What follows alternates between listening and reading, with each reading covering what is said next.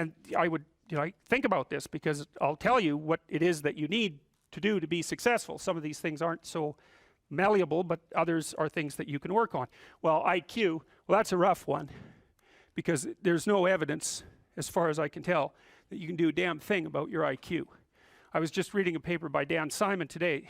It's a relatively recent review. Dan Simon did the invisible gorilla stuff, and he was looking, because there's all these companies that claim that these online brain training exercises can produce cognitive improvements, and he reviewed the literature again, and I've reviewed that literature like 6 times in the last 15 years, because I keep hoping that someone will crack the problem, but it's always the same answer. It's like, you do brain training games, you get better at the game, a lot better at that game. You get slightly better at similar games, but distal games that are still heavily cognitively loaded doesn't affect your performance at all. Zero, none. So the issue of how to raise IQ, man, that's a killer. No one knows how to do it. I can tell you how to stop your IQ from decreasing as you get older. That's not so bad, because it does that. Fluid IQ decreases from the time you're 20, and pretty rapidly. It's physical health is the best preventative. So exercise, physical exercise. Weirdly enough, you think, well, why? Well, your brain uses oxygen like mad, right? And it needs to be kept clean and well oxygenated. And physical exercise, both like weightlifting, so anaerobic and aerobic exercise, both seem to be very, very effective at staving off cognitive declines across the lifespan. So that's a really useful thing to know, because that's the only thing we know that does that. So then the next best predictor of lifetime success is conscientiousness. Well, so, and of the 2 aspects of conscientiousness, say orderliness and industriousness, the better predictor is industriousness. So the question is, well, what can you do about your industriousness? And the answer to that is, well, that's kind of rough too, because there's a strong genetic component. But you can work on micro habits with regards to your conscientiousness. And I think the best micro habits, this is partly to do with this future authoring program processes, I think the best thing you can do with regards to your conscientiousness is to set up some aims for yourself, goals that you actually value. And the future authoring program helps people do that. And basically, it does a situational analysis of, it helps you do a situational analysis of your life more than a psychological analysis, I would say. And so the questions are something like, well, all right, you're going to have to put some effort into your life, and you need to be motivated to do that. And so what are the potential sources of motivation? Well, you could think about them in the big 5 manner. If you're extroverted, you want friends. If you're agreeable, you want an intimate relationship. If you're disagreeable, you want to win competitions. If you're open, you want to engage in creative activity. If you're high in neuroticism, you want security. Okay, so those are all sources of potential motivation that you could draw on, that you could tailor to your own, your own personality. But then there are dimensions that you want to consider your life across. And so we ask people about, well, if you could have your life the way you wanted it in 3 to 5 years, if you were taking care of yourself properly, what would you want from your friendships? What would you want from your intimate relationship? How would you like to structure your family? What do you want for your career? Well, how are you going to use your time outside of your job? And how are you going to regulate your mental and physical health, and maybe also your drug and alcohol use? Because that's a good place to auger down, because alcoholism, for example, wipes out, 5 to 10% of people. So you want to keep that under control. And then so maybe you develop a vision of what you would like your life to be, and that associates the goal. Well, once the goal is established, and then you break down the goal into micro processes that you can implement, the micro processes become rewarding in proportion, in relation to their causal association with the goal, and that tangles in your incentive reward system. We talked about the dopaminergic incentive reward system, and that's the thing that keeps you moving forward. And the way it works is that it works better if it produces positive emotion when it can see you moving towards a valued goal. Okay, well, what's the implication of that? Better have a valued goal, because otherwise you can't get any positive motivation working out. And so the more valuable the goal, in principle, the more the micro processes associated with that goal start to take on a positive charge. And so what that means is, well, you get up in the morning and you're excited about the day, you're ready to go. And so as far as I can tell, what you do is you specify your long-term ideal. Maybe you also specify a place you want to stay the hell away from, so that you're terrified to fail as well as excited about succeeding, because that's also useful. You specify your goal. You do that in some sense as a unique individual. You want to specify goals that make you say, oh, if that could happen as a consequence of my efforts, it would clearly be worthwhile. Because the question always is, why do something? Because doing nothing is easy. You just sit there and you don't do anything. That's real easy. The question is, why would you ever do anything? And the answer to that has to be because you've determined by some means that it's worthwhile. And then the next question might be, well, where should you look for worthwhile things? And one would be, well, you could consult your own temperament. And the other would be, well, you kind of look at what it is that people accrue that's valuable across the lifespan. So you do a structural analysis of the subcomponents of human existence, and I already did that. You need a family, you need friends. Like, you don't need to have all these things, but you better have most of them. Family, friends, career, educational goals, plans for, time outside of work, attention to your mental and physical health, etc. That's what life is about. And if you don't have any of those things, well, then all you've got left is misery and suffering. So that's a bad deal for you. So once you set up that goal structure, let's say, and that's really in many ways that's what you should be doing at university. That's exactly what you should be doing, is trying to figure out who it is that you're trying to be, right? And you aim at that, and then you use everything you learn as a means of building that person that you want to be. And I really mean want to be. I don't mean should be. Even those things are going to overlap. And it's important to distinguish between those, because that's partly, and this is back down to the micro-routine analysis. So as I was saying, well, you're going to try to make yourself more industrious. Okay, number one, specify your damn goals, because how are you going to hit something if you don't know what it is? That isn't going to happen. And often people won't specify their goals too, because they don't like to specify conditions for failure. So if you keep yourself all vague and foggy, which is real easy, because that's just a matter of not doing as well, then you don't know when you fail. And people might say, well, I really don't want to know when I fail because that's painful. So I'll keep myself blind about when I fail. That's fine, except you'll fail all the time then. You just won't know it until you've failed so badly that you're done.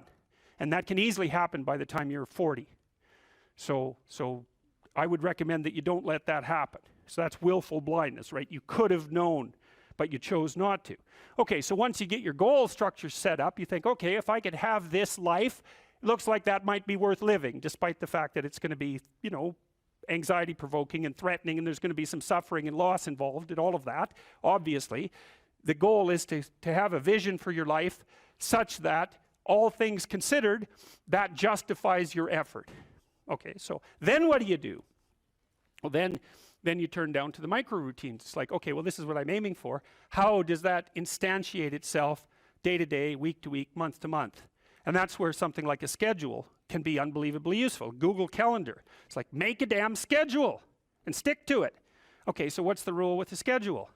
It's not a bloody prison.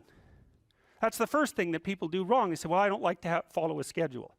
Well, it's like, well, what kind of schedule are you setting up? Well, I have to do this, then I have to do this, then I have to do this, and then I just go play video games, because who wants to do all these things that I have to do? It's like, wrong.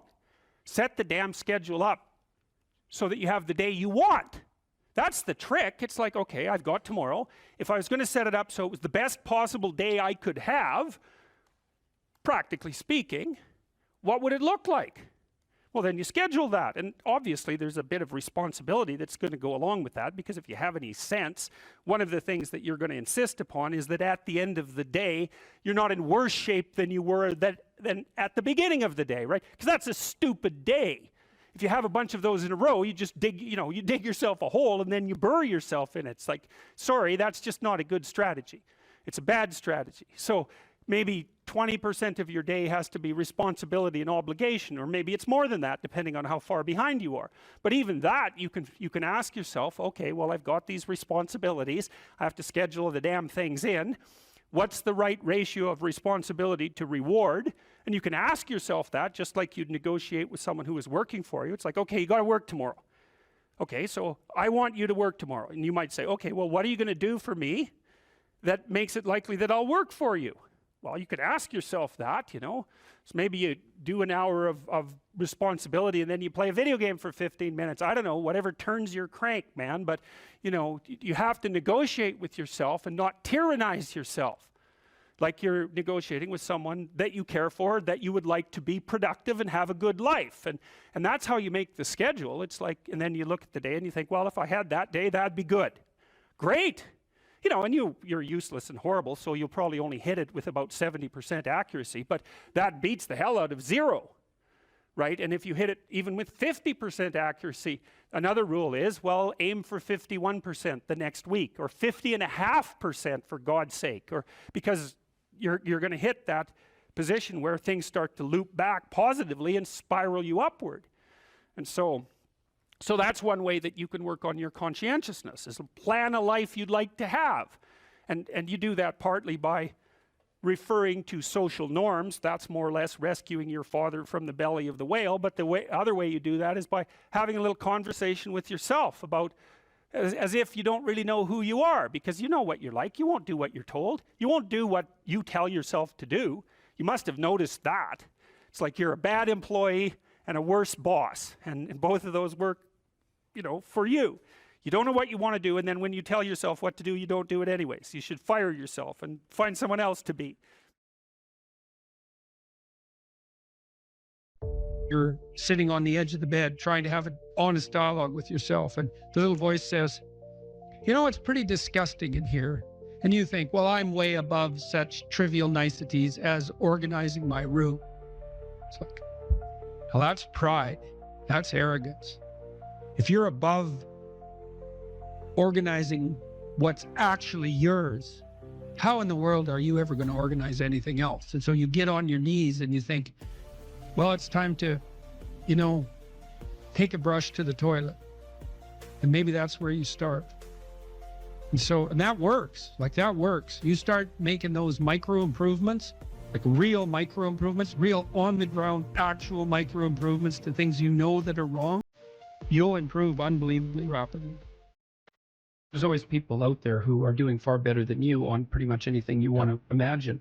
And if all you're doing is seeing yourself in their reflected light, let's say, then it's going to be pretty damn dismal. But it's not a good comparison because, well, first of all, there's danger in just comparing yourself to others, period, because they're not you. And God only knows what struggles they had to undertake to get to where they were, or what burdens they're currently carrying that you're not aware of. But you can certainly contrast yourself with yourself. And that's a lot better. It is the only way. Well, it's also the only way of really measuring anything approximating proper improvement. You can actually tell when you're a little better than you were yesterday. Right. And you can actually do that. That's another thing that's so interesting about it, is that you can actually make yourself a little better in some way, pretty much, well, I don't know if it's at every moment, but you can certainly do it every day. Let's say you want to become who you could be in the fullest sense.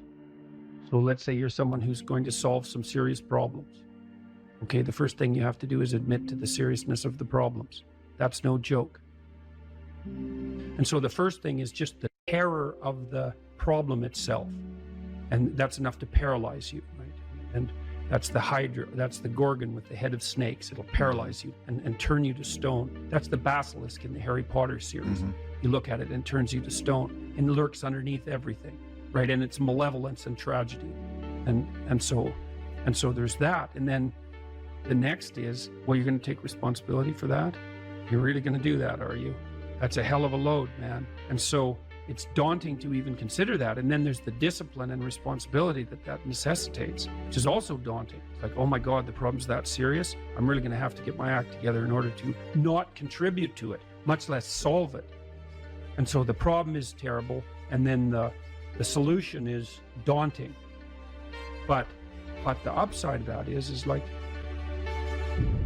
well, there isn't anything better to have than a problem that's worth solving, like that's really worth solving, right? And so the more of that you take on, the more you have a reason to get out of bed in the morning, no matter what. Like, I'm getting up, I'm trudging forward. Doesn't matter what I'm suffering from. I've got things that need to be done. They're necessary. And that gives you that sense of purpose that is the antidote to bitterness. Okay, well, let's say you want your life to be meaningful. It's like, okay, then what you do matters. It actually matters. or how starting to clean up the room changed their life. That's quite fun because it's something I always tell people to do instead of going out and protesting. Jesus, I just can't stand Cleaning up that. the room? Yeah. Meaning? Well, my sense is that if you want to change the world, you start from yourself and work outward, because you build your competence that way. It's like, I don't know how you can go out and protest the structure of the entire economic system if you can't keep your room organized. Well, I made a video call, which was called Message to Millennials, where it was called How to Change the World Properly. A bit of it on the pretentious side, I suppose, but I was trying to you don't know anything about the economy. It's a massive, complex machine beyond anyone's understanding, and you mess with it at your peril. So, and can you even clean up your own room? No. Well, you should think about that. You should think about that. You only have to ask a stupid question once. You ask a stupid question, and if you're in a crowd and you ask a stupid question, 80% of the people in the crowd have the same question. They're just too cowardly to ask. But you ask and then someone actually tells you, you never have to ask that question again. You're no longer stupid. What stupid thing am I doing that I could quit doing? That I would quit doing? Because those aren't the same thing, right? Because you know there's stupid things that you're doing that you're just not going to quit doing because you like them. But there might be something on the edge there where you could stop that. If you want to know something about yourself, sit on your bed one night and say to yourself, you got to mean this, like you got to be desperate. This is no game, this. My life is not everything I want it to be, and perhaps it's not everything that I need it to be. And by need, I mean my life is so unbearable that the suffering that's attendant upon that is make me nihilistic, cynical, bitter, resentful, driving the proclivity to see evil everywhere except within my own heart. Like, these are problems, man. And you ask yourself, you sit on the bed and say, okay, man, I'm ready to learn something. What's one thing I'm doing wrong that I know I'm doing wrong, that I could fix, that I would fix? It's like, you meditate on that, you'll get an answer. And it won't be one you want, but it'll be the necessary one. You know, and it's often something that will point you to small things. Like, that works. You start making those micro improvements, like real micro improvements, real on the ground, actual micro improvements to things you know that are wrong, you'll improve unbelievably rapidly. There's never been a better time for the majority of people to be alive. And the future, although we're vulnerable and terrible things can always happen to us, it's hard to make a case that the future doesn't look comparatively positive. We're becoming extremely technologically sophisticated, and the world is changing at an incredibly rapid rate. And the only way we're going to be able to manage that in a positive way is if each of us, or as many of us as possible, are capable of making wise and careful and truthful decisions. And if we do that, then maybe things can continue to improve. You don't get people to stand up on their own 2 feet and to adopt responsibility if everything is given to them. And that's a real conundrum.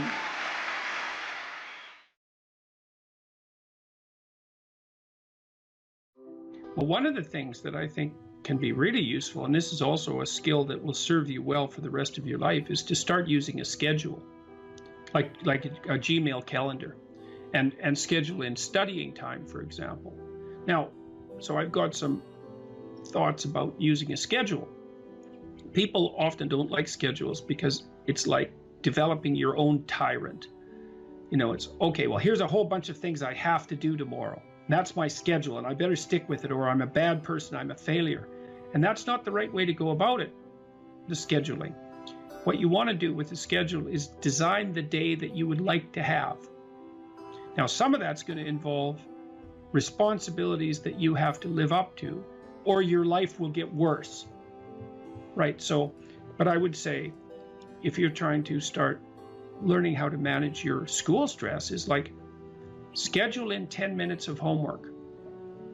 Maybe before you go to school in the morning, if you can get up. You probably can't, because teenagers have a hard time getting up in the morning.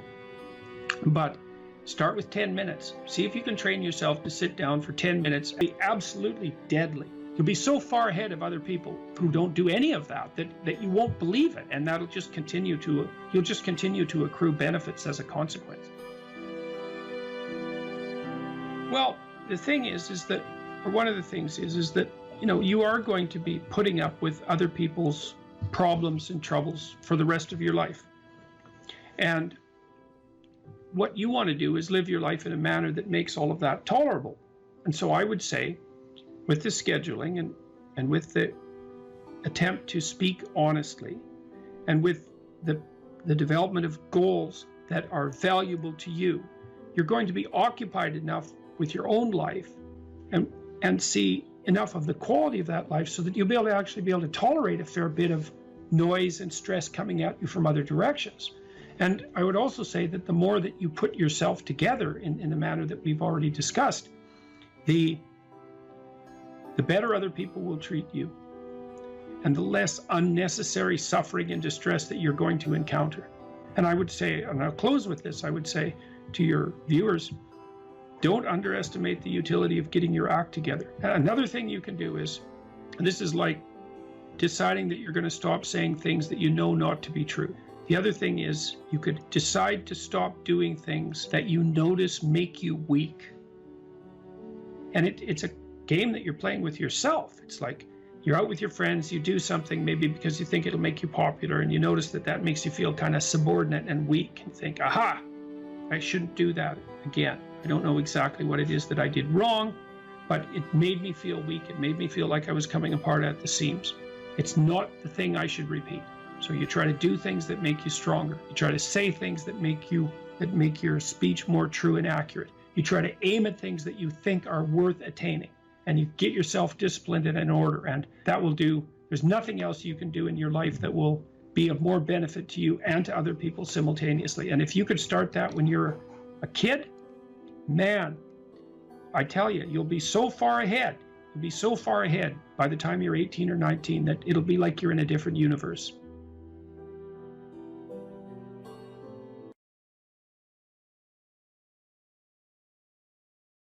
Assuming you want to get better, there's usually something you can figure out that would constitute a step towards some sort of concrete goal. And my presumption, it's a behavioral presumption fundamentally, is that small accruing gains that repeat are unbelievably powerful. You can tyrannize yourself into doing things, but I wouldn't recommend it. What I would recommend instead is that you ask yourself what you're willing to do. It's a really effective technique. It's like a meditative technique. So for example, you can get up in the morning and you can think, well, you know, I'd like to have a good day today, so I'd like to go to bed tonight without feeling guilty because I, didn't do some things I said I was going to do. And what would I have to do in order for that to happen that I would do?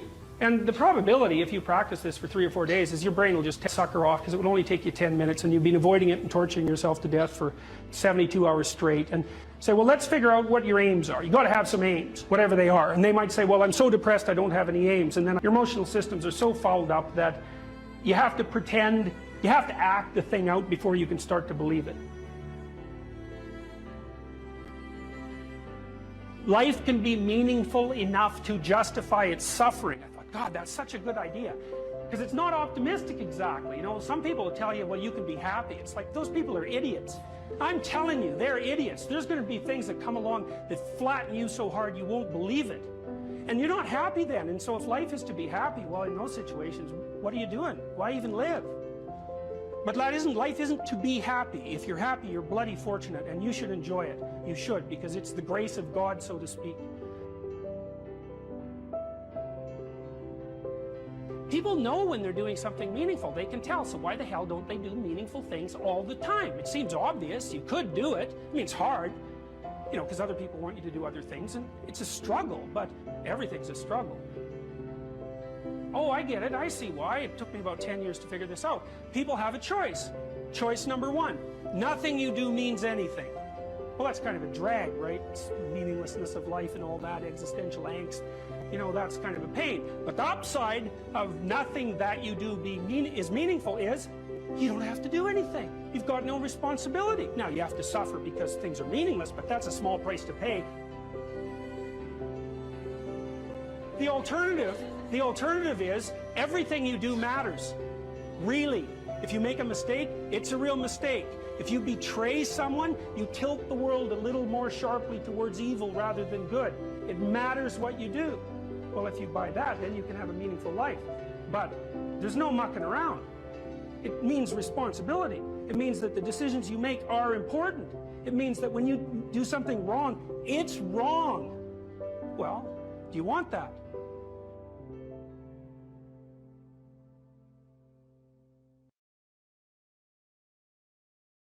If you're going to be an entrepreneur, you almost have the opposite profile as a soldier. You're very high in openness and you're lower in conscientiousness, or at least conscientiousness is irrelevant. And the reason for that seems to be that, like, if you're an orderly person and you like to follow procedures and rules, it's kind of hard for you to start a company, because when you first start a company or engage in any other creative process, because entrepreneurs turn out to be the same as artists, you kind of have to, you're not operating within a rule-governed structure. In fact, there may be many times where you have to break a small rule to move properly at a higher level of analysis. There's no algorithmic way of generating a new company, right? Obviously. And so it's people who are very high in openness who happen to be good entrepreneurs. And so this is something I thought was extraordinarily cool, because we'd also already known what predicts managerial, administrative, and academic ability. And IQ is crucial for any complex job, so we'll just leave that behind. But what predicts academic ability, for example, at the University of Toronto, is intelligence, obviously, but also conscientiousness. The correlation between creativity and grades at the U of T is zero. Right? But it's not surprising. The thing is, you know, it's easy to be cynical about that, but one of the things you have to understand about creative people is that they continually step outside of the domain of evaluation structures. Right? Because if you're going to say you're going to evaluate the performance of 100 professors on their lecturing ability, well, you kind of have to measure what's common across all the professors in order to come up with the standards for evaluation. Well, that means you're not going to be able to use that structure to evaluate a particularly creative professor, because he or she is going to do something in a way that's so different that it won't show up on the evaluation measure. And of course, that's what happens in universities, you know. Somebody sent me, a couple of days ago, somebody sent me an essay that they had written for their master's thesis that was wildly creative, and they were basically told to leave the program and that they couldn't continue. Not in a mean way. What happened was that what they were thinking was so outside of the conventions in the discipline is that no one had any idea what to do with the essay.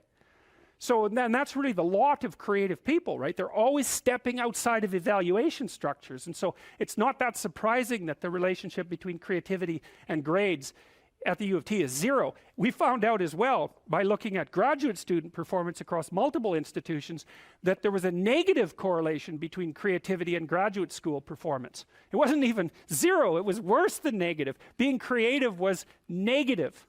And you think, well, that could make you cynical as well, but you can't be cynical in that way, because one of the things that happens in science is that science tends to progress incrementally rather than in great leaps. Now and then someone comes along who blows the structure out of a science and advances it ridiculously, like Einstein, but like, most people aren't Einstein, and maybe thank God for that. Most of the time you're in a discipline, you understand the discipline, and then once you've developed understanding of the discipline, you know what the next micro question is that should be answered. And part of the reason that science is so powerful is because it allows people who aren't genius level creatives to make real advances in the generation of knowledge, one tiny micro step at a time. It doesn't matter if there's 100,000 people doing it and each of them is making a micro step, man. We're zipping along as fast as we possibly want to zip along. And so it turns out to be conscientiousness that's the excellent predictor of graduate student performance. That's the best predictor for law. It's the best predictor for managerial positions. It's the best predictor for administrative positions. Anything that has a structure of rules that needs to be applied, conscientiousness is a great predictor.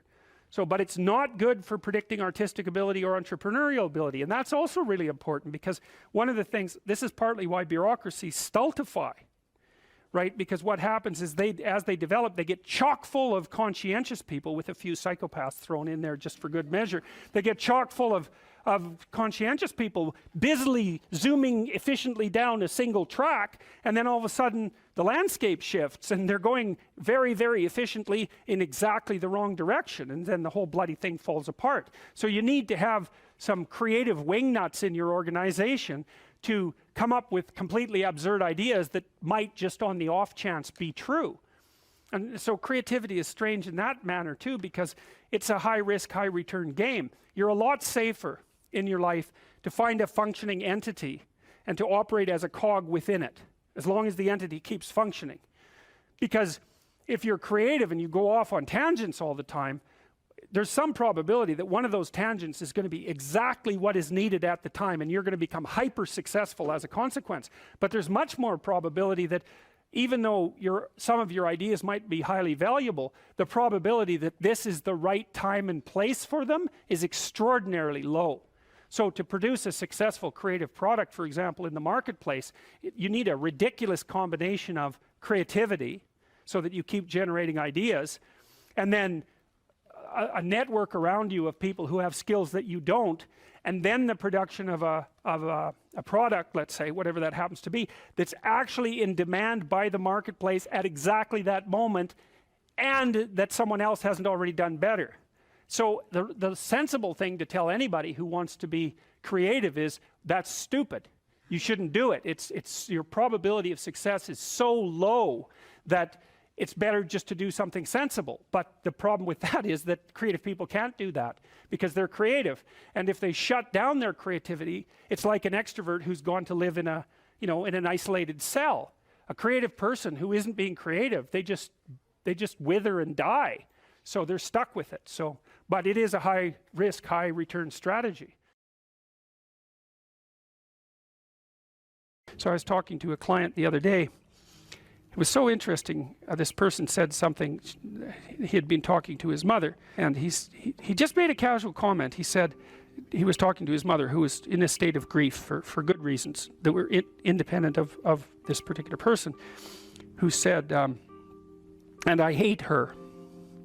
And I thought, oh, that's interesting. Like, where did that come from? And so I made a comment on that. That's a Freudian slip, right? Because the conversation was flowing, and then this little emotion-tagged utterance came forward. And whenever an emotion-tagged utterance of that sort comes forward, you know it's associated with a whole rat's nest of underlying pain and anxiety and what would you call it, disappointment and frustration that hasn't been properly rectified. So it's like a marker. And yet you know this when you're talking to people. They say something and you think, oh, like, wow, too much information. That's one way of thinking about it. It's like, just what are you up to? And then if you have any sense, you just forget that even happened and you continue. But that's like the snout of a dragon peeking out from a cave.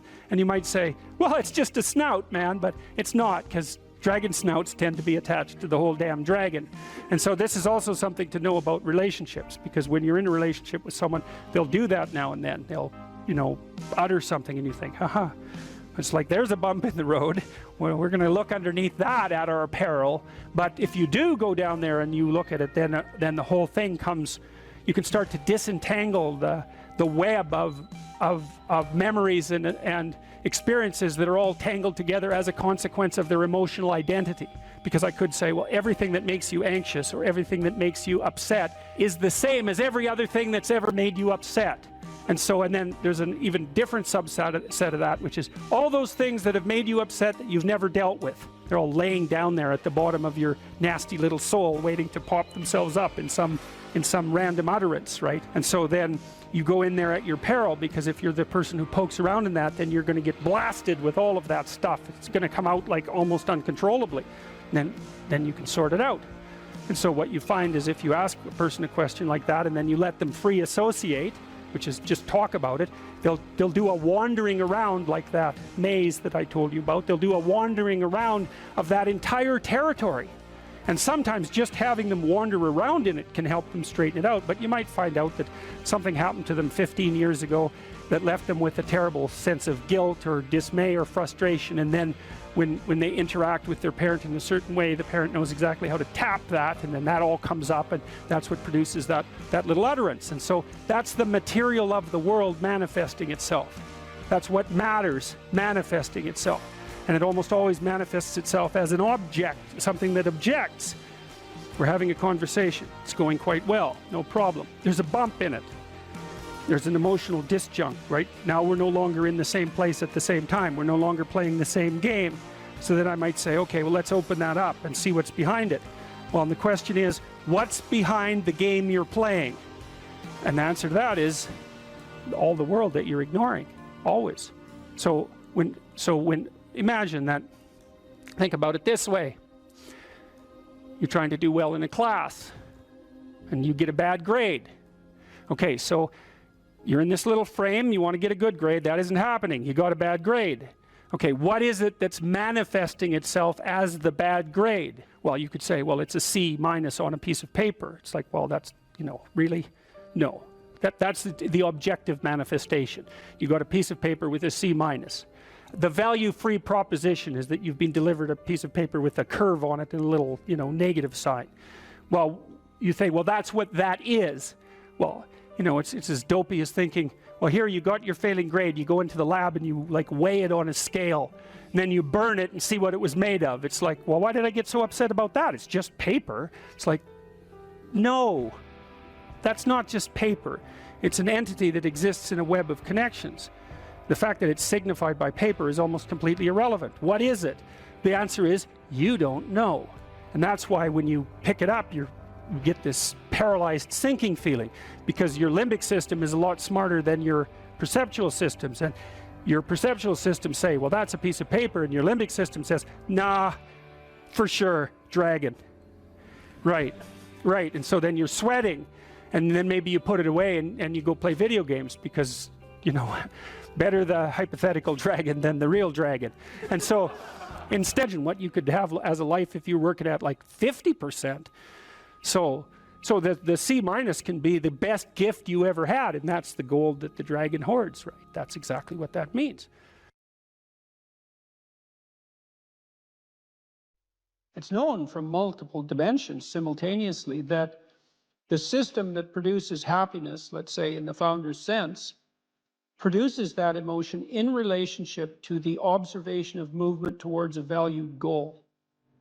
And so you can derive some conclusions from that. The first is that without a goal, there's no happiness by definition, because happiness marks movement towards a valued goal. The next is, well, the higher the goal, the more value there is in the observation of movement towards it. And so out of that, you might ask, well, then what's the highest goal? Because why don't we go for that? Well, then you could say, well, you should do your best for the best. You might say, well, that's just to make me hedonically happy. It's like, well, wait a second, you know, cocaine will work for that, because it actually even activates this system. But what about tomorrow and next week and next month? And so the problem with hedonism as a goal is, first of all, it vanishes when you're suffering. But even failing that, if you're serving yourself hedonically in the narrow sense, it's just about me and my pleasure. It's like, okay, which you? Today's you, tomorrow's you, next week's you, next month's you. What about next year, 5 years from now, 10 years from now? You're going to lead a hedonic and dissolute life, and what are you going to be, a burnt-out shell and a wreck, a dismal wreck in 10 years? Because that's what will happen. And so if you don't construe yourself as a community stretched out across time, then you're not even serving yourself. And if you do construe yourself as a community stretched across time, then serving other people and serving yourself turn out to be exactly the same thing.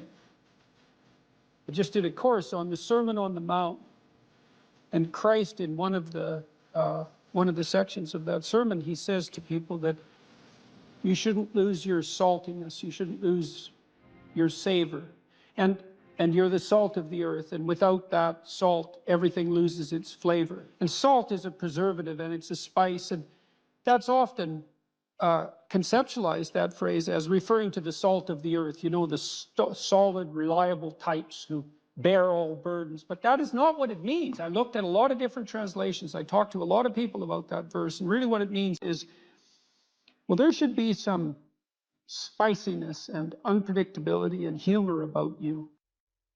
And there should be some play in the system, right? Because that's what stops you from just being the narrow, dead, past letter of the law with no spirit. There should be some snake inside the tree, right? There should be some fire inside the bush.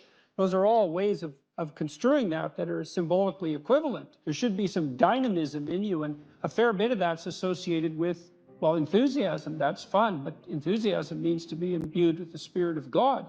That's why people like comedians so much too, because that's what they do.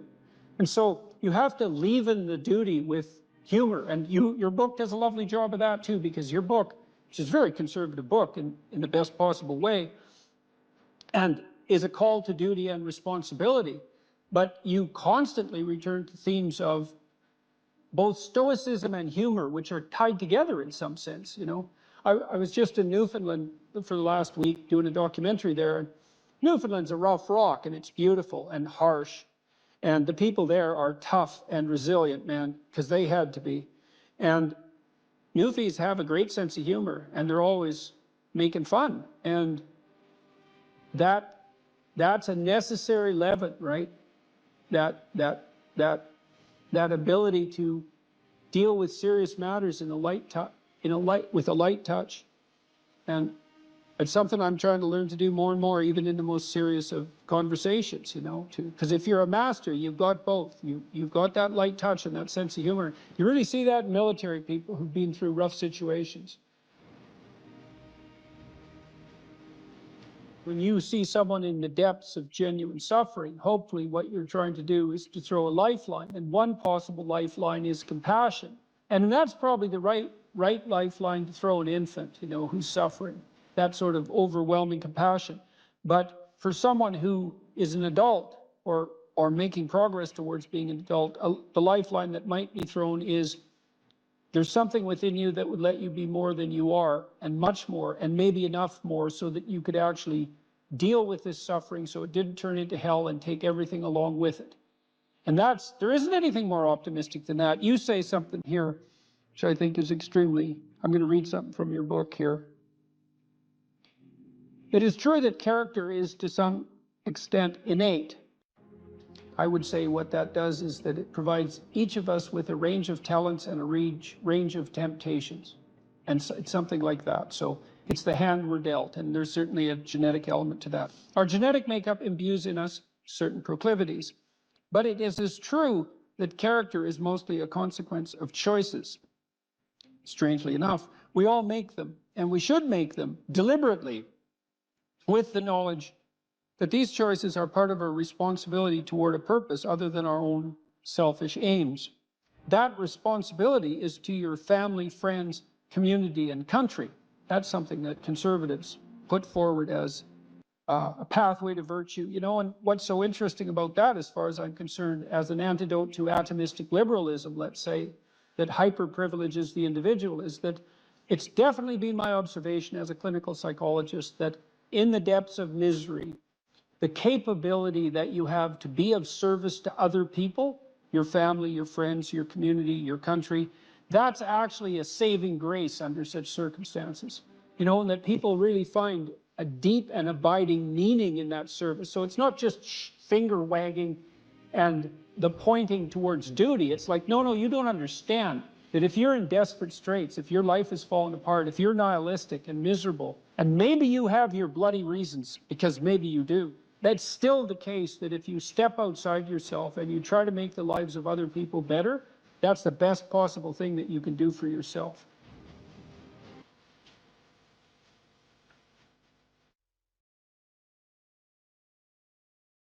It's with our fantasy that we first meet the unknown, right? Well, look, say you're going out with a new person. It's like, what do?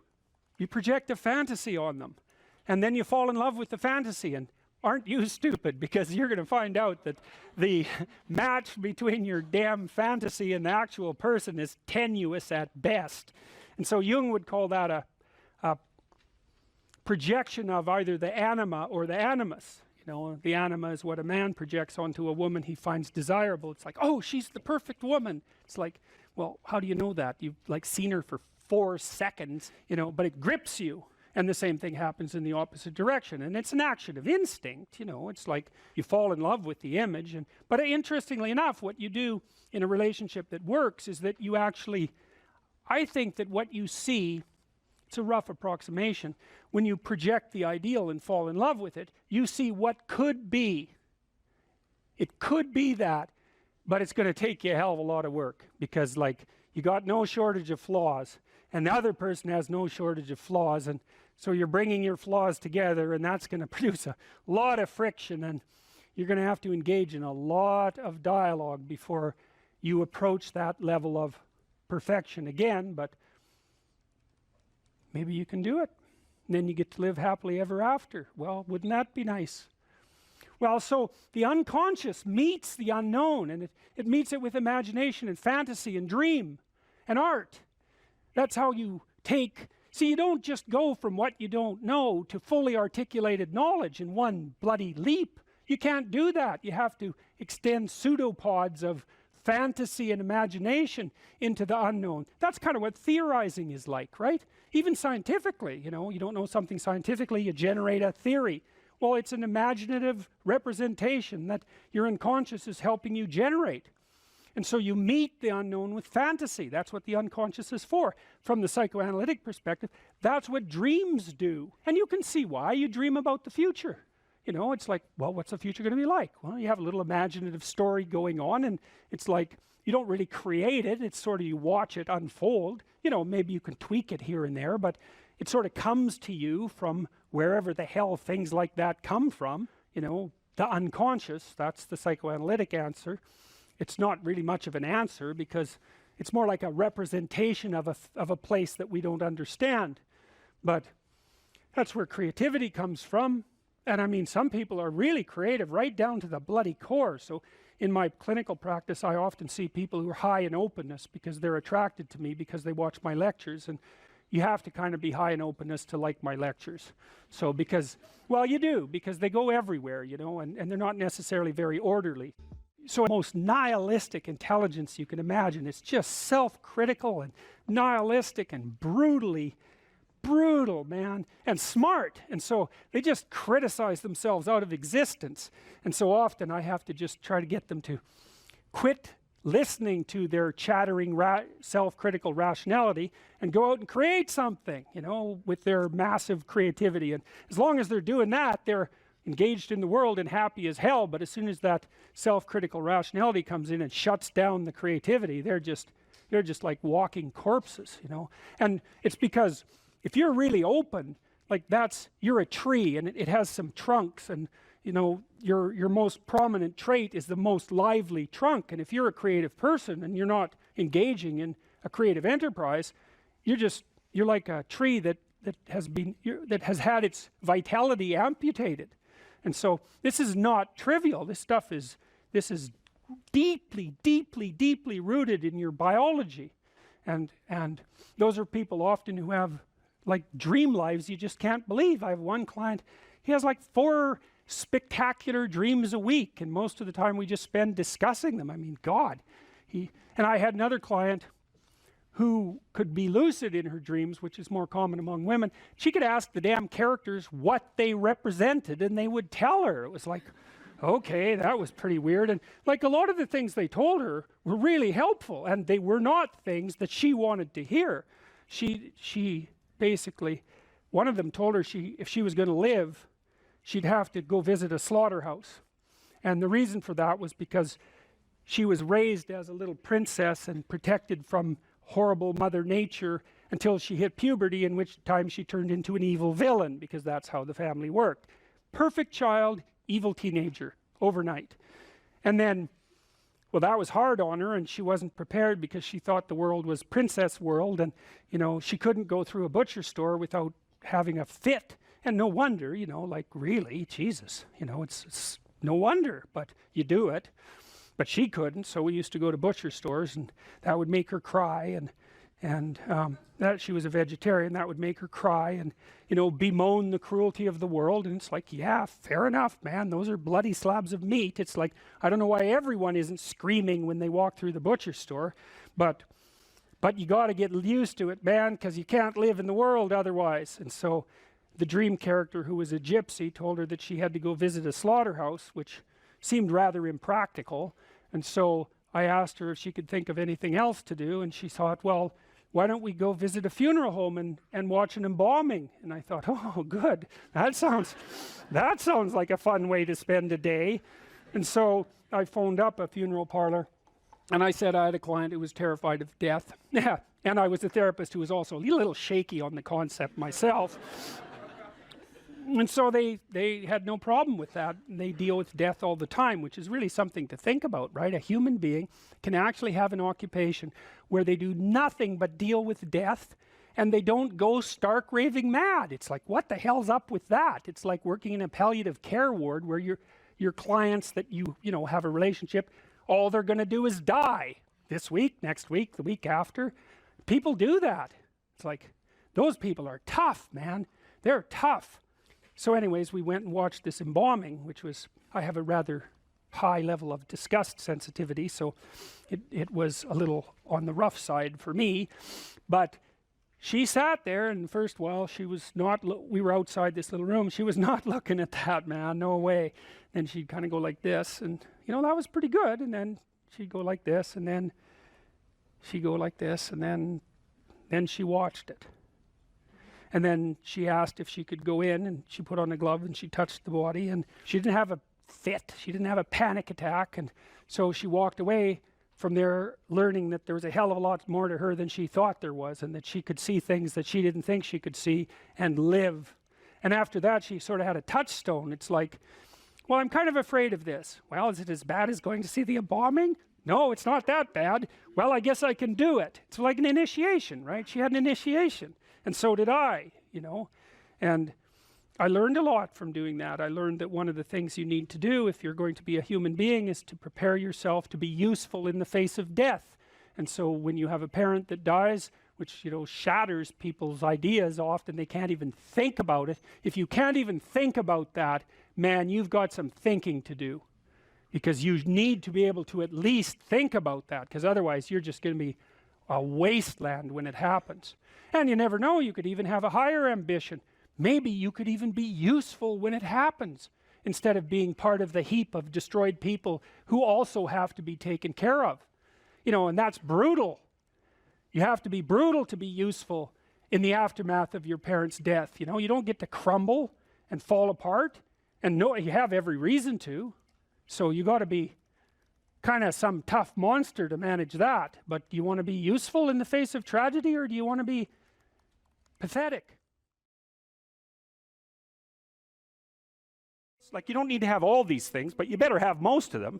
Family, friends, career, educational goals, plans for, you know, time outside of work, attention to your mental and physical health, etc. You know, that's what life is about. And if you don't have any of those things, well, then all you've got left is misery and suffering. So that's a bad deal for you. So once you set up that goal structure, let's say, and that's really in many ways that's what you should be doing at university. That's exactly what you should be doing, is trying to figure out who it is that you're trying to be, right? And you aim at that, and then you use everything you learn as a means of building that person that you want to be.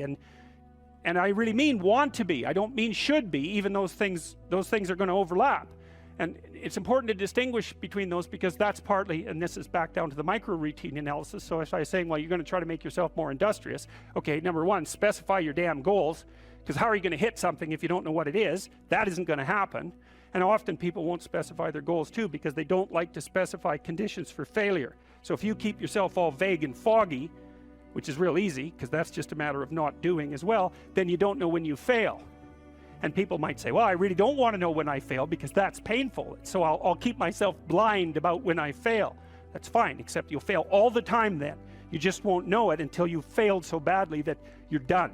And that can easily happen by the time you're 40. So I would recommend that you don't let that happen. So that's willful blindness, right? You could have known, but you chose not to. Okay, so once you get your goal structure set up, you think, okay, if I could have this life, looks like that might be worth living, despite the fact that it's going to be, you know, anxiety provoking and threatening, and there's going to be some suffering and loss involved and all of that. Obviously, the goal is to have a vision for your life such that, all things considered, that justifies your effort. Okay, so then what do you do? Well, then you turn down to the micro routines. It's like, okay, well, this is what I'm aiming for. How does that instantiate itself day to day, week to week, month to month?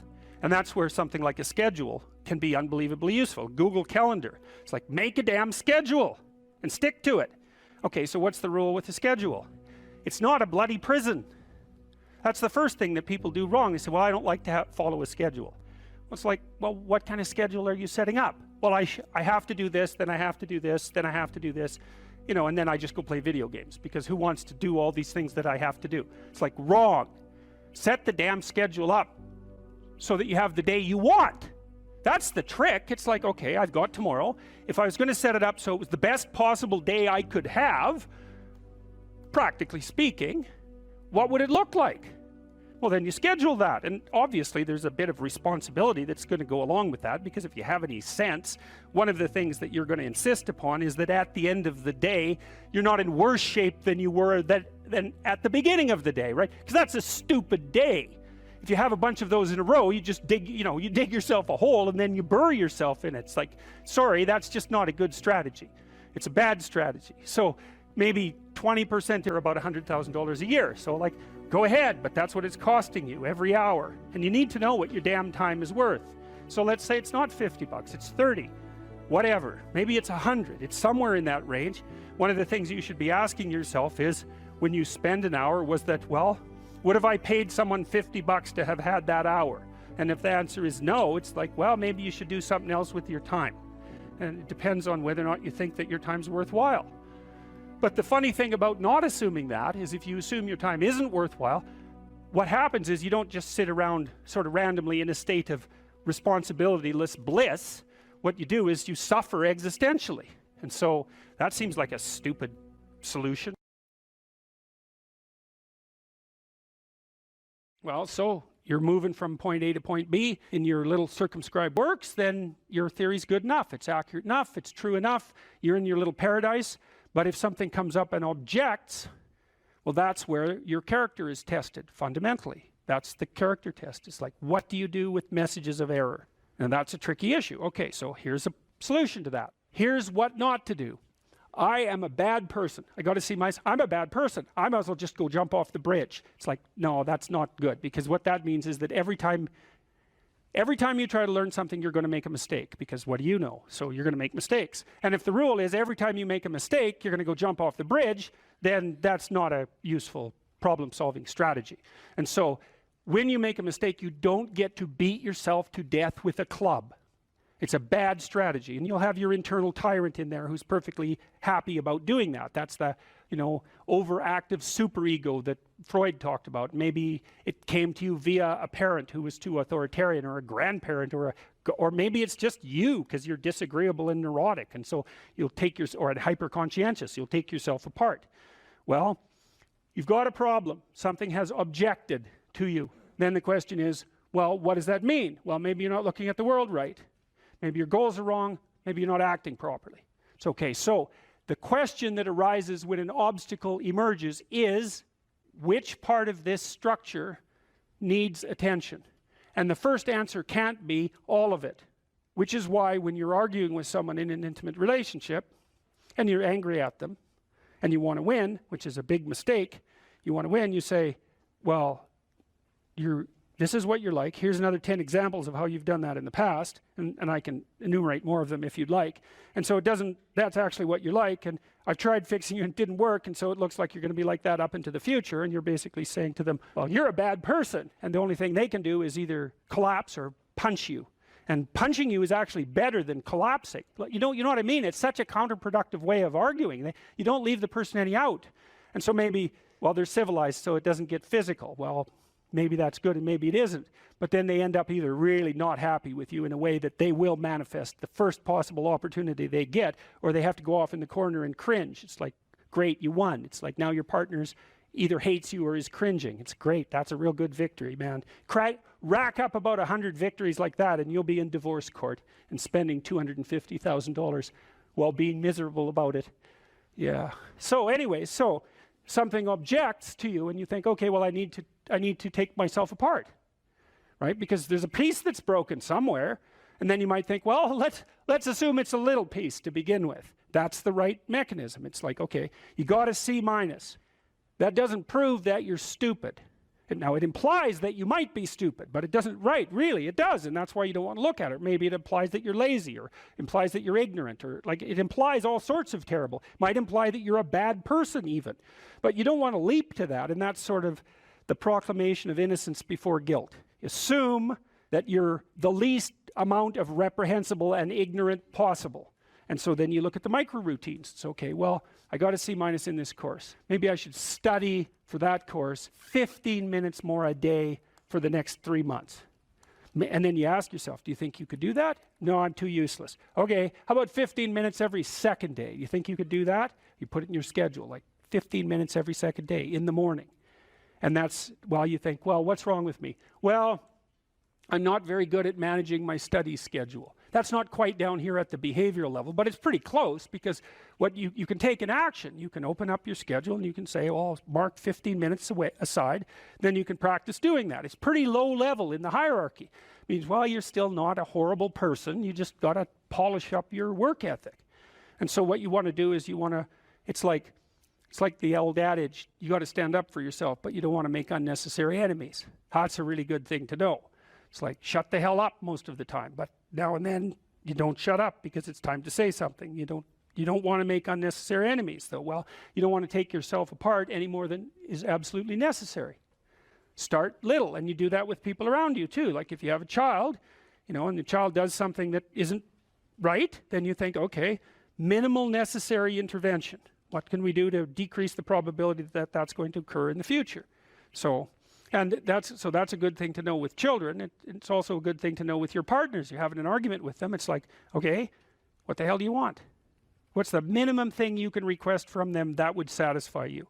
And the evil part of your soul is going to be, I want them cringing in a corner. It's like, yeah, get that stuff under control, man. See if you can figure out what that person could offer you that would be minimal that you would accept. And then tell them that. It's like, here's the words I would like you to say in the apology I would like you to formulate, assuming that you think you did something wrong. We have to argue about that, because maybe you didn't. But if you did, I want to specify it precisely and narrowly, and I want to give you an escape route. And you might only be able to do it badly, because you're still mad. So you apologize half-heartedly. It's like you get a pat on the head for that. Good. Next time it'll be 51%, not half-heartedly. Right? So it's careful training. It's careful training of yourself and other people with the goal in mind, but also with the least amount of harshness possible. And then the other thing to do as well, and this is also true for you, and this is something I learned from studying the behaviorists, is like, watch the people around you like a hawk. Whenever they do something that you think is good, you tell them. That's wisdom, man. You'll get so far with that, you cannot bloody well believe it. Because most people, they're afraid of any number of things, but one of the things they're really afraid of is that now and then they'll creep out of their cynical shell and try to do something good. It's like they're popping out this thing that's unbelievably vulnerable. They'll try to do something good and creep right back into their persona, and they'll look around, see if anyone noticed, and sometimes they'll get punished for it, and then they won't do it again. So don't do that. But then now and then you think, hey, I saw you do this, that was actually pretty good, and they think, oh, wow, someone noticed. It's like, wow. And then they'll think, yeah, I could do that again. And if you want to live with someone for a long period of time, I would say every time they do something that you would like them to do more of, number one, notice. Number two, tell them, right? Because I know you don't want to, because you really want to dominate them. And you don't want them thriving, because then they'd be competition to you, and you wouldn't be able to go complain to your mother about what a miserable partner you have, and you know how delightful that is. So you have to forego all that pleasure if you actually helped your person develop. So you got to get over all that. It's really annoying. So you've got this person pegged as, yeah, you're stuck with them, and maybe it's the best you can do, but you got one eye open.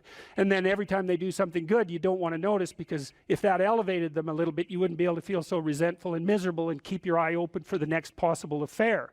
And that is what people are like. That is what people are like, and that's what you're like too. That's what people are like. So you got to decide if that's what you want, or you want to help the person that you're with grow. Now it's dangerous, because they might outshine you.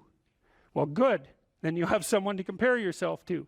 That'd be a good deal. It's really rough with kids, because parents will stop their children from succeeding beyond them. They get jealous, and then they'll put them down, and then they have kids that do not like them, and they'll pay for it.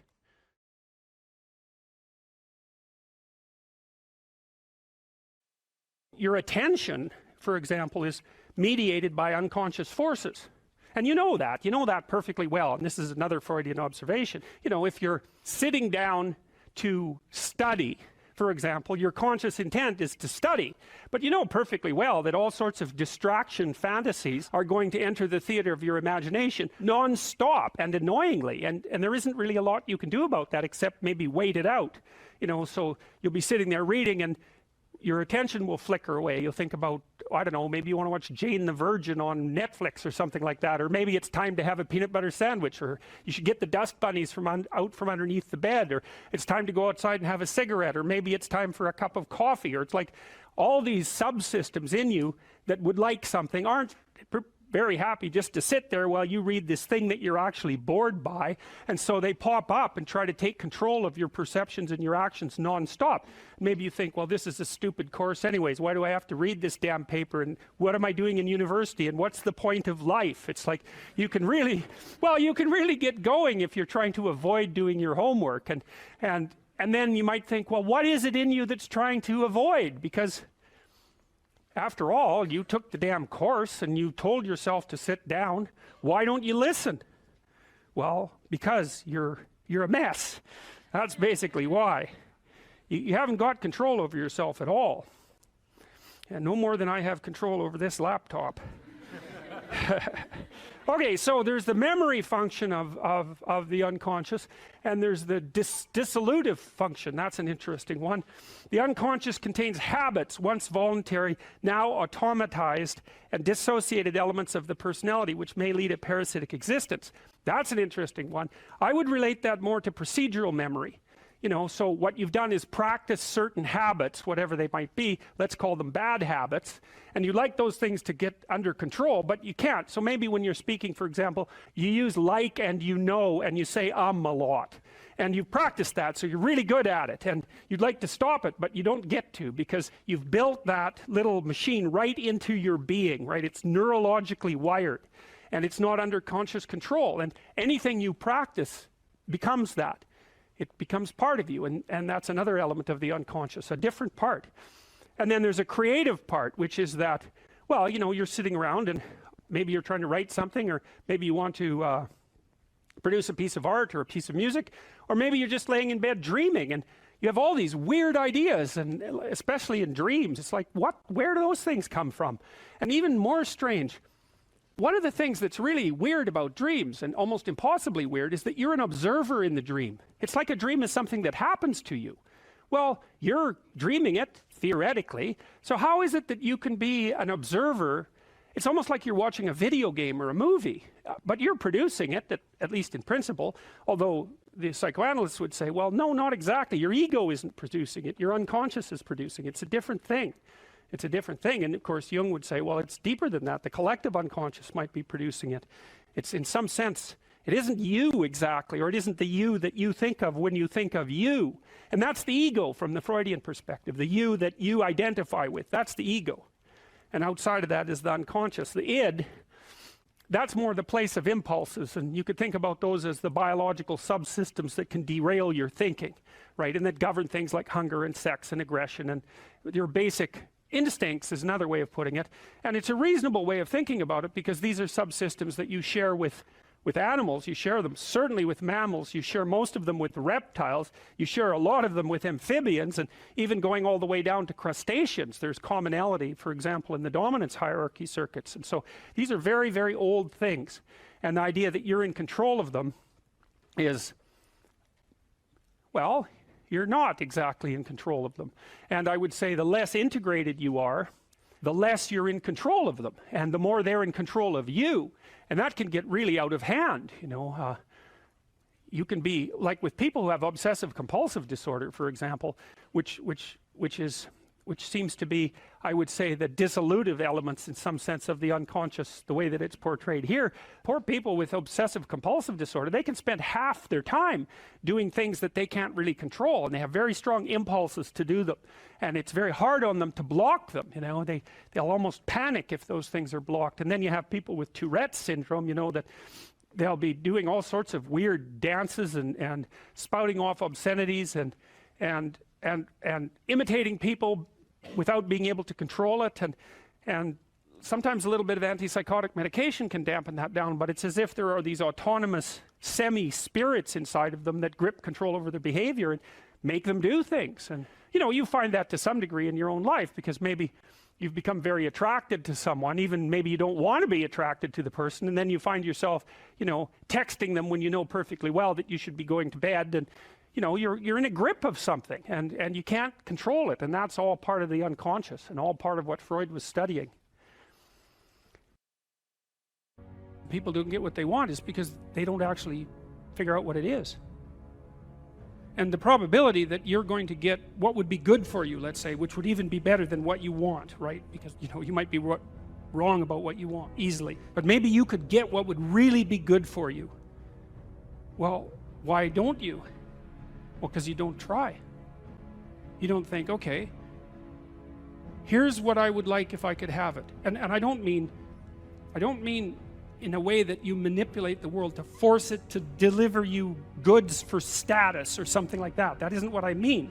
I mean something like, imagine that you were taking care of yourself like you were someone you actually cared for. And then you thought, okay, I'm caring for this person. I would like things to go as well for them as possible. What would their life have to be like in order for that to be the case? Well, people don't do that. They don't sit down and think, all right, you know, let's figure it out. You've got a life. It's hard, obviously. It's like 3 years from now, you can have what you need. You got to be careful about it. You can't have everything. You can have what would be good for you, but you have to figure out what it is, and then you have to aim at it. Well, my experience with people has been if they figure out what it is that would be good for them, and then they aim at it, then they get it. And it's strange because it's a strange thing. It's not quite that simple, because, you know, you may formulate an idea about what would be good for you, and then you take 10 steps towards that, and you find out that your formulation was a bit off, and so you have to reformulate your goal. You know, so you're kind of going like this as you move towards the goal. But a huge part of the reason that people fail is because they don't ever set up the criteria for success. And so, since success is a very narrow line and very unlikely, the probability that you're going to stumble on it randomly is 0. And so there's a proposition here, and the proposition is, if you actually want something, you can have it. Now the question then would be, well, what do you mean by actually want? And the answer is that you reorient your life in every possible way to make the probability that that will occur as certain as possible. And that's a sacrificial idea, right? It's like, you don't get everything, obviously, but maybe you can have what you need, and maybe all you have to do to get it is ask. But the asking isn't a whim or today's wish. It's like, you have to be deadly serious about it. You have to think, okay, like, I'm taking stock of myself, and if I was going to live properly in the world, and I was going to set myself up such that being would justify itself in my estimation, and I don't mean as a harsh judge, exactly what is it that I would aim at? Sit on your bed one day and ask yourself, what remarkably stupid things am I doing on a regular basis to absolutely screw up my life? And if you actually ask that question, but you have to want to know the answer, right? Because that's actually what asking the question means. It doesn't mean just mouthing the words. It means you have to decide that you want to know. You'll figure that out so fast it'll make your hair curl. If you concentrate solely on your career, you can get a long way in your career. And I would say that that's a strategy that a minority of men preferentially do. That's all they do. They work like 70, 80 hours a week. They go flat out on their career. They're staking everything on the small probability of exceptional status in a narrow domain. But it's hard on them. They don't have a life. It's very difficult for them to have a family. They don't know how to take any leisure activity. Like, they get very one-dimensional. Now, it may be that that unidimensionality is the price you have to pay to be exceptional at one thing, right? Because if you're going to be something like a genius-level mathematician, and you want to do that or a scientist, say, it's like, you're in your lab all the time, you're working 70 hours a week or 80 hours a week, you're smart, you're dedicated, you're unidimensional, and that's how you get to beat all the other people who are doing that. It's the only way. But the problem is, you don't get a life. Now, if you love being a scientist and you have that kind of focus of mind, well, first of all, you're a rare person, and second, you're going to pay for it. But fine, more power to you. but it's a risky business to do that. You sacrifice a lot for it, you know. And I would say most often, if you're speaking about having a healthy life, that isn't what you do. You spread yourself out more. So, you know, you have a family, you have some things that you do outside of work that are meaningful to you and useful. You have a network of friends. Well, those 3 things alone, or 4 things alone, are plenty to keep you well oriented. And then if one of those things collapses, you know, everything doesn't go. Now, the price you pay for that is the more you strive to optimize that balance, the less likely you are to be fantastically successful at any single one of them. But you might have a very, you know, if you consider your life as a whole, that might be a winning strategy. One of the things Carl Jung said, I really liked this. He thought that men went after perfection and women went after wholeness. There's something different at the top of the value hierarchy. So perfection would be stake it all on one thing and look for radical success. Not all, the whole, or I want 5 things in my life to be 80%. Well, there's a lot more richness in a life where you have 5 things operating at 80%, but you're not operating at any of them at 150%. So, and I really believe this because I've watched men and women go through their careers now for a long period of time, and one of the things that, there's lots of things that produce this, but one of the things that I've noticed is that mostly women in their 30s bail out of unidimensional careers. They won't do them. They won't put in the 80 hours a week that they would have to put in order to dominate that particular area. And it isn't, the reason that they won't do it is because they decide it's not worth it. And no wonder, because why would that be worth it? You have to ask yourself that. It's like, well, you want to be an outstanding scientist. It's like, okay, really, that's what you want, because that means that's what you do. Because you're competing with other people, you know, they're smart, they're hardworking, and if you want to be at the top, you have to be smarter and work harder than any of them. And working hard means working long hours. I mean, it also means working diligently, but in the final analysis, it's also an additive issue. If I'm smart and hardworking and I can crank out for 70 hours a week, and you do it for 30, it's like, in 2 years, I'm so far ahead of you, you will never, ever catch up. So, anyways. And I think partly, maybe part of the reason too that women are oriented that way more than men, I think there's 2 reasons. One is socioeconomic status does not make women more attractive on the mating market, but it does make men more attractive. And the second is women's time frame is compressed, right? Because guys can always say, well, I'll have kids later, and they can say that till they're like 80. Whereas women, it's like, no way, man, you got to get it together by the time you're, let's say 40, but really probably by 35, but definitely by 40, because otherwise it ain't happening. And that's bloody dreadful. One of the common routes to extreme unhappiness is to want children and not have them. I wouldn't recommend that. You know, you see couples who are in their 30s. 1 couple in 3 over the age of 30 has fertility problems. That's defined as inability to conceive after 1 year of trying. 1 in 3. So it's worth thinking about, because people are very, very unhappy if they want to have kids and then they can't. Man, you're in the medical mill for 10 years if that's what happens to you.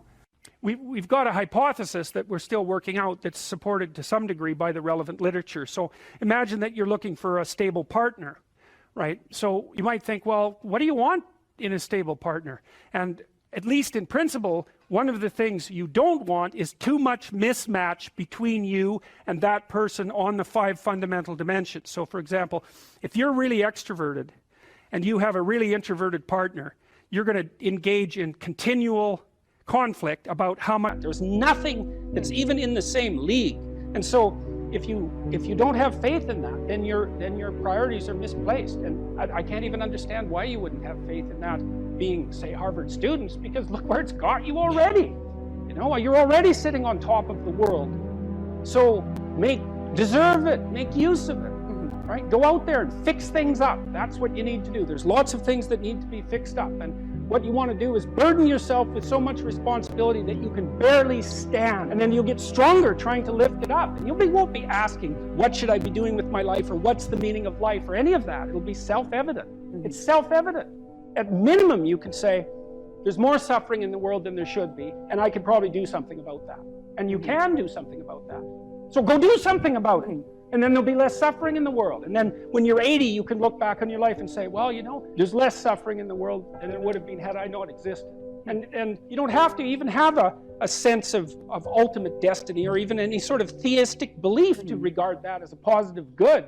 Like, I think it goes beyond the mere pragmatic utility of addressing the world's ills, because I think we do live in a world that has a transcendent reality as well as the reality that we can detect. But even independently of that, it doesn't matter. It's like, I mean, this is part of the reason I like people like Bill Gates is a great example, man. That guy he's after 5 major diseases at the same time, right? He's trying to wipe out polio. He's trying to wipe out malaria. Yeah, exactly. He's trying to wipe out malaria. It's like, well, what should you do with your life? Well, you know, take a look at Bill Gates and see if you could do something like that. That would be good. Okay, we're having a conversation. I'm deciding I'm going to listen to you, right? That's different than how people generally communicate, because usually when they communicate, they're doing something like, okay, we're going to have a conversation and I'm going to tell you why I'm right and I'll win if you agree. Or maybe you're having a conversation where, I don't know what you're trying to do. Maybe you're trying to impress the person you're talking to. So you're not listening to them at all. You're just thinking about what you're going to say next. Okay, so that's not this. This is, you might have something to tell me. And so I'm going to listen on the off chance that you'll tell me something that would really be useful for me to know. And so if you agree with me and I find that out, I know nothing more than I knew before. I just know what I knew before. And maybe I'm happy about that because, you know, it didn't get challenged. But I'm no smarter than I was before. But maybe you're different than me. And so while I'm listening to you, you'll tell me something I don't like. Maybe it's something I find contemptible or difficult, whatever. Maybe you'll tell me something I don't know, and then I won't be quite as stupid. And then maybe I won't run painfully into quite as many things. And that's a really useful thing to know, especially if you live with someone and you're trying to make long-term peace with them, is they're not the same as you. And their way they look at the world and the facts that they pull out of the world aren't the same as your facts. And even though you're going to be overwhelmed with the proclivity to demonstrate that you're right, it is the case that 2 brains are better than 1.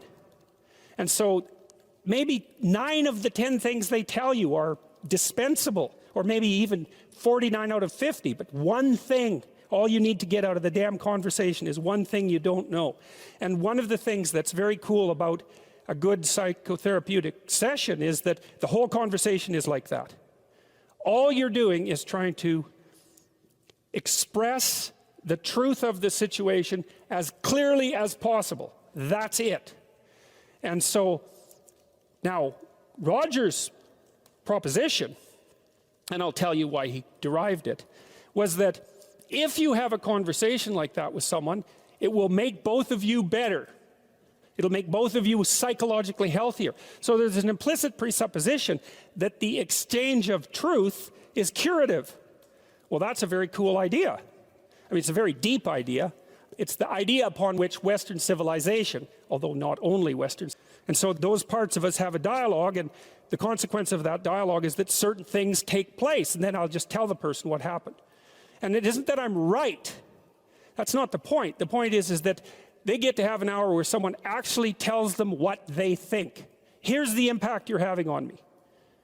This is making me angry. This is making me happy. This is really interesting. This reminds me of something that you said an hour ago that I don't quite understand. And the whole point is not for either person to make the proposition or convince the other that their position is correct, but merely to have an exchange of experience about how things are set up.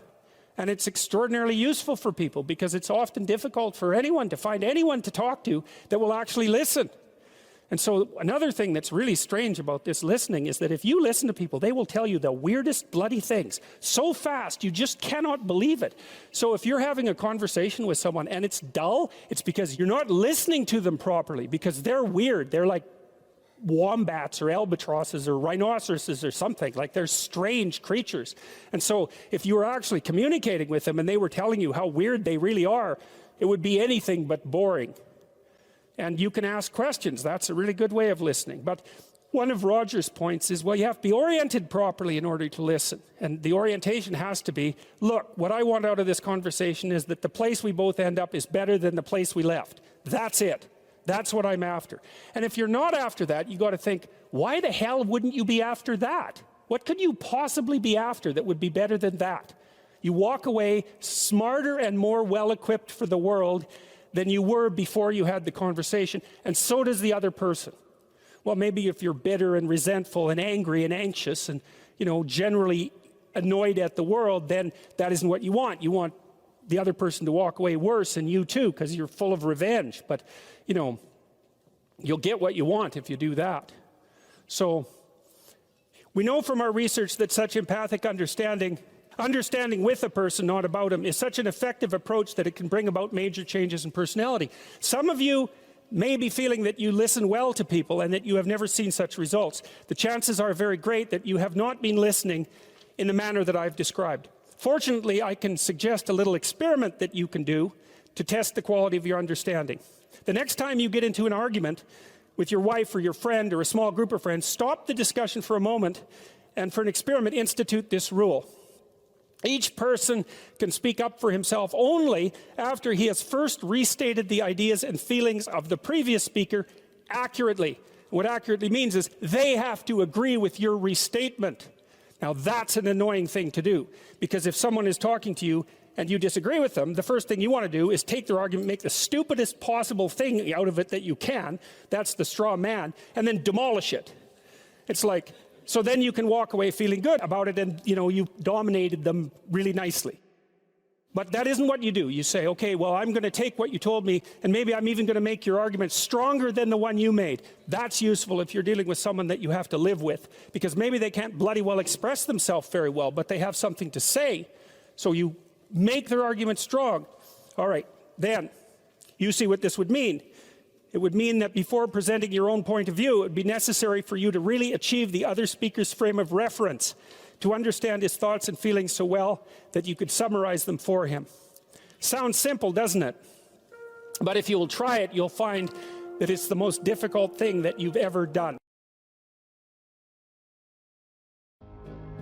You said that a harmless man is not a good man. A good man is a very dangerous man who has that under voluntary control. How should people become more dangerous? And you look it up, and then you not just find out what the meaning of the word is, but what's the root word and where does it come from and what kind of depth and what kind of... Yeah, and that's really, that's unbelievably useful too. Virtually every word is like that, because a word is an ancient artifact. It's like an animal in some sense. It has an evolutionary history and it transforms across time. And each word it carries the echoes of its past with it too, because each word attracts other words in a particular unique way. So it kind of lives in a word ecosystem as well. And the ecosystem contains information about the history of that word. And you think, well, why is that important? It's like, well, hey, guess what? You think in words, you talk in words, you have all these archaic entities, these words, these living entities that you use. It's like the more you know about them, the more you know about you, the more you know about other people, and the better you are at formulating and communicating your ideas. There's nothing lost in that kind of investigation. There's nothing but gain there.